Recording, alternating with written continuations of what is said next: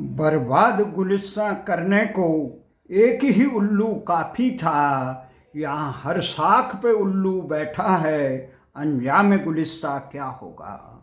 नमस्कार, प्यारा उत्तराखंड समाचार सेवा में आपका स्वागत है। आज हम बात कर रहे हैं वक्फ संशोधन अधिनियम 2025 के संसद में पेश किया गया आज मोदी सरकार द्वारा 2 अप्रैल को ठीक 12 बजे दिन के संग्राम छिड़ा हुआ है, जहां विपक्षी दल इसे असंवैधानिक करार दे रहे हैं, वहीं सरकार इसे क्रांतिकारी बता रही है। ये ऐतिहासिक काम बता रही है। इसमें सबसे बड़ी बात है कि ऐसा विपक्ष ऐसी आब हवा बना रहे हैं, मुसलमानों के खिलाफ इसको अल्पसंख्यकों के हितों पर डाका डालने वाली बता रहा है, संविधान को तार तार करने वाला था। जबकि हकीकत यह है कि 2000 ये कानून में ऐसा लग रहा है कि इसमें संशोधन पहली बार हो रहा है। इसमें अनेक बार संशोधन हो चुके हैं।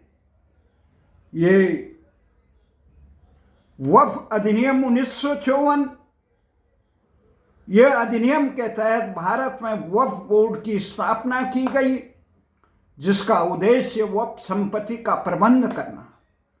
इस कानून में वक्फ अधिनियम 1995 में इसमें संशोधन किया गया। वक्फ संशोधन विधेयक 2013 में किया गया। वक्फ संशोधन विधेयक अब 2025 में किया गया।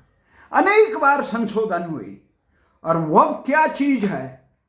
वक्फ एक अरबी शब्द है जिसका अर्थ होता है एक ऐसी संपत्ति जो अल्लाह के नाम पर दान में दी जाती है।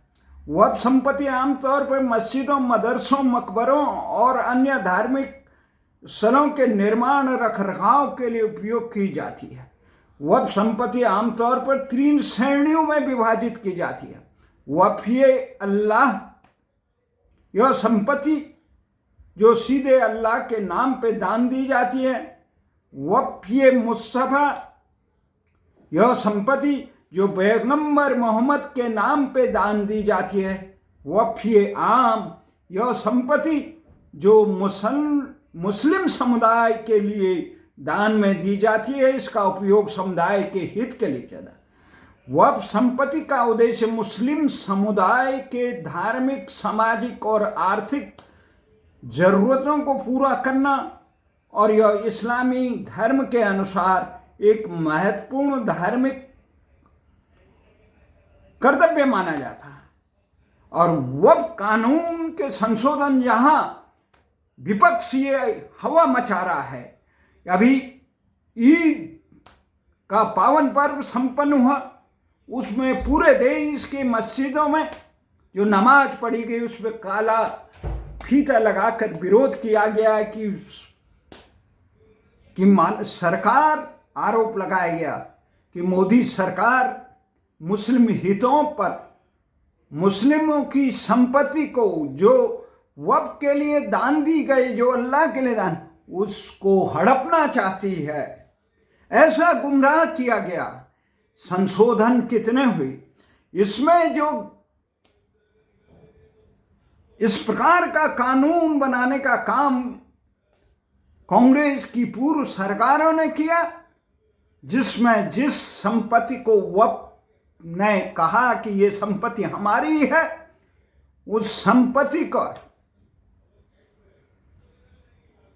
स्वामी उसकी फरियाद केवल वक्फ ट्रिब्यूनल में कर सकता है, किसी न्यायालय में नहीं कर सकता है। तो इस प्रकार से या खुदा कैसा जमाना आ गया, कातिल खुद फैसला सुनाने। जब आप किसी की संपत्ति को वक्फ के नाम पे हैं तो उसे न्याय कहां से मिलेगा? सर्वोच्च माना जाता है। तो इसलिए इसमें संशोधन जरूरी है। और संसार में इस प्रकार का कानून इस्लामिक देशों में नहीं है। जो भारत की सरकारों ने अंध तुष्टिकरण करने के लिए मुसलमानों को गुमराह करने के लिए किया गया, उनको वोट बैंक के तौर पे इस्तेमाल करने के किया, और देश के ये हालत हो गई कि वक्फ बोर्ड संसद भवन को अपनी संपत्ति बताने बैठ गया। कहीं पे न्यायालय की जगह पे, कहीं मंदिर, तमिलनाडु में मंदिर की जगह पे, कहीं उच्च न्यायालय की जमीन पे, कहीं किसी गांव को, किसी क्षेत्र को अपनी घोषित कर दें। और ये उस संपत्ति के वर्तमान धारक पर निर्भर करता है कि उसे ये सिद्ध करनी पड़ेगी ये संपत्ति उनकी है, और वो भी वक्फ ट्रिब्यूनल में। इसका अंकेक्षण नहीं होता था, ऑडिट नहीं होती है। ये जो संपत्तियां बनाई गई है, ये मुस्लिम समुदाय के कल्याण के लिए बनाई गई है, जरूरतमंदों को सहायता के लिए बनाई गई, परंतु इस पे चंद अवसरवादी लोग कुंडली मार के बैठे हुए। भारत में ये हालत है कि सेना और रेलवे के बाद सबसे ज्यादा अगर संपत्ति है, जमीन है, तो वक्फ बोर्ड।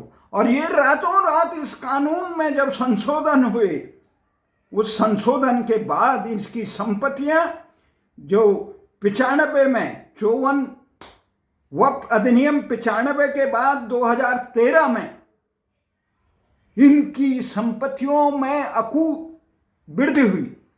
8-9 लाख एकड़ जमीनें हैं इनके पास, संपत्तियां हैं, अरबों डॉलर धन आ रहे हैं, पर आम जनहित के लिए नहीं। अब इनकी ऑडिट होगी। अब जिलाधिकारी कहीं किसी भी संपत्ति को आप घोषित नहीं कर सकता है। सरकार ने न्यायोचित उसका संशोधन किया, उसे लोकतांत्रिक बनाया। अगर यही कानून अन्य धर्म के लोगों को भी किया जाए, और जिस प्रकार से विपक्ष इसको देश के अल्पसंख्यकों के हितों पर डाका डालने की बात का कुप्रचार कर रहा है, अगर अन्य लोगों को भी, अन्य समुदाय को भी ऐसा ही अधिकार मिले तो देश में गृह युद्ध हो जाएगा।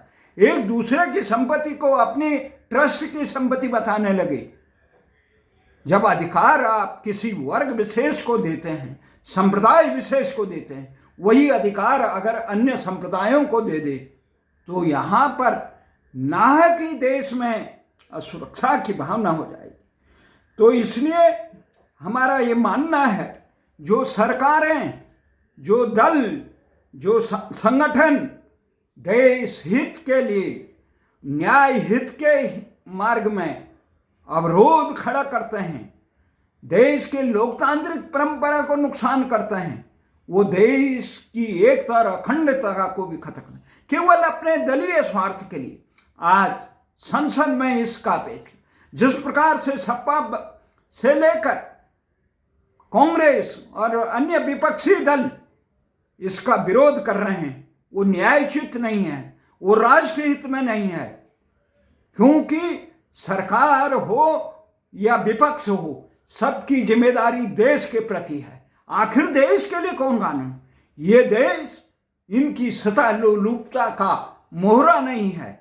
इसलिए राजनीतिक दलों को ये बिल्कुल समझ लेना चाहिए, देश की जनता जाग गई है। जिस प्रकार से आप गुमराह कर रहे हैं, मैं धन्यवाद देना चाहता हूं भोपाल से लेकर दिल्ली के कई मुस्लिम संगठनों ने, जिन्होंने इसका स्वागत किया कि आम वक्फ की संपत्ति पर कुंडली मार के बैठे हुए चंद लोग, समर्थ लोग के हितों पर सरकार ने कुठाराघात किया। ये संपत्ति मुस्लिम समाज के आम जरूरतमंदों को देने का रास्ता खोल रही है, जिसमें महिलाएं भी सहभागी होगी। ऐसा कानून बनना है, उसका तर्कसंगत, न्याय संगत विरोध जायज है लोकतंत्र में, परंतु देश के हित को दलीय स्वार्थ के लिए किसी संप्रदाय को गलत गुमराह करना राष्ट्रद्रोह और संविधान द्रोह से कम नहीं। संविधान में संशोधन होते हैं। देश काल परिस्थिति के अनुसार भारतीय संविधान में 125 के करीब संशोधन हो चुके हैं। क्या वो गलत? संविधान निर्माताओं को इस बात का मालूम था कि देश काल परिस्थिति के अनुसार तत्कालीन समस्याओं के निराकरण के लिए संविधान को वर्तमान उस समय की समाज और देश की स्थिति को देखते हुए संशोधन न्यायोचित है। परंतु न्यायोचित के अपना विशेषाधिकार समझने वाले लोग देश के समाज को गुमराह करके उन्हें टकराव, हिंसा और अलगाववाद के पक्ष में खड़े करने वाले लोग राष्ट्र के हितों पर कुठाराघात करते हैं। इन्हें शर्म आनी चाहिए। इसलिए हमारा ये मानना है, पिछले समय भूल हो गई होगी सरकारों से, उसके लिए उन दलों को माफी मांगनी चाहिए राष्ट्र से। ये केवल वक्त का ही नियम नहीं। आज गृह मंत्री ने, भारतीय जनता पार्टी ने भी कई गलतियां की। आप रोजगार के मामले में, आप आर्थिक मामले में, सुशासन के मामले में काफी पिछड़े हुए हैं। देश की सशक्त शिक्षा नीति के मामले में पिछड़े हुए हैं।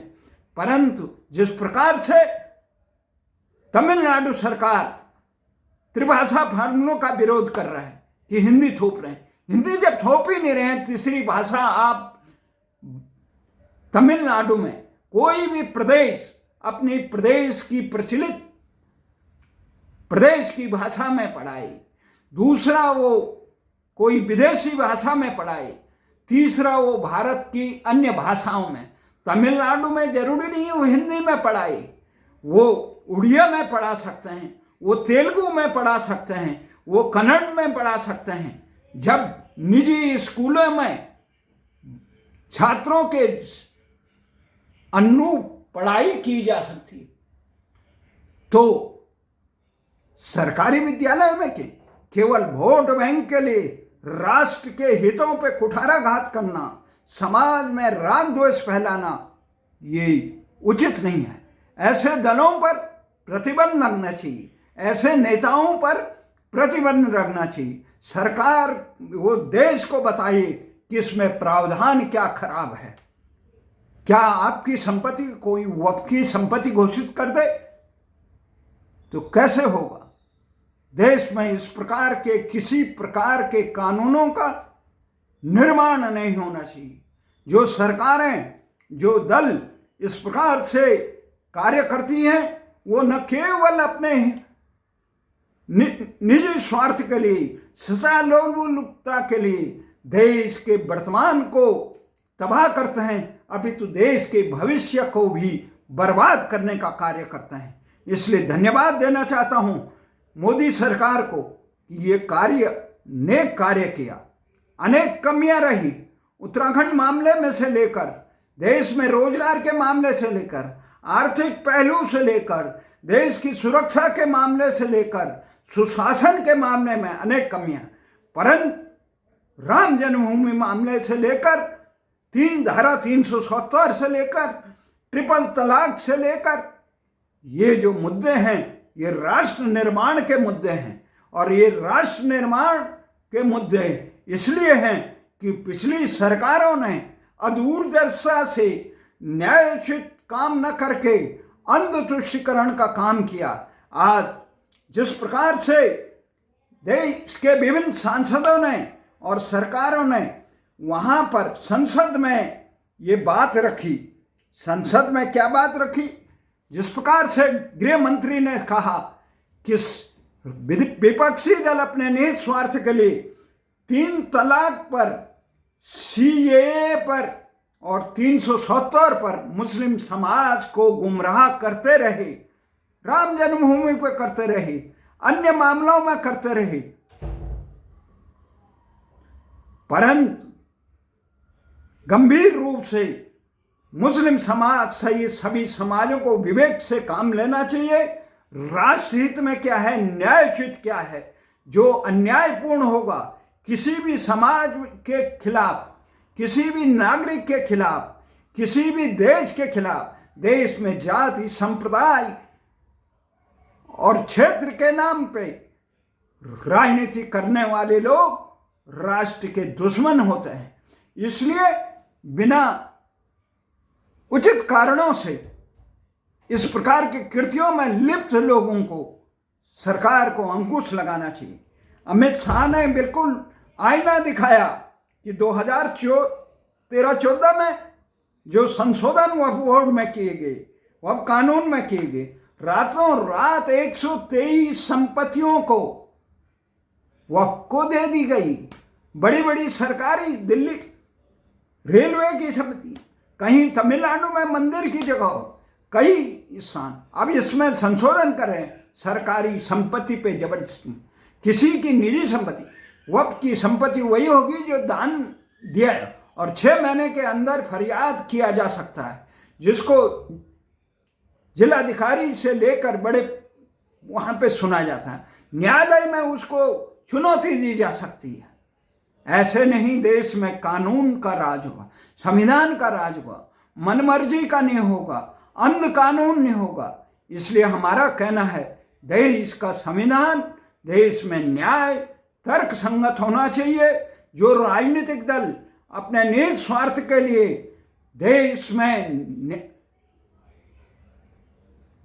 राष्ट्र निर्माण के कार्यों में बाधा डालते हैं, वो देश के दुश्मन होते हैं। इसी आशा और शब्द के साथ सबको विवेक दे, सबको ये चाहिए राष्ट्र निर्माण के जो भी गलत कानून हैं, जो भी पक्षपाती हैं, जो न्याय की तुला पे सही नहीं होते हैं, उनमें सुधार करने के लिए काम करें। आप कम से कम राजनीतिक मतभेदों से दरकिनारे होकर राष्ट्र निर्माण के लिए एकजुट होने का कम से कम नैतिक साहस तो करना चाहिए। जय हिंद, जय भारत।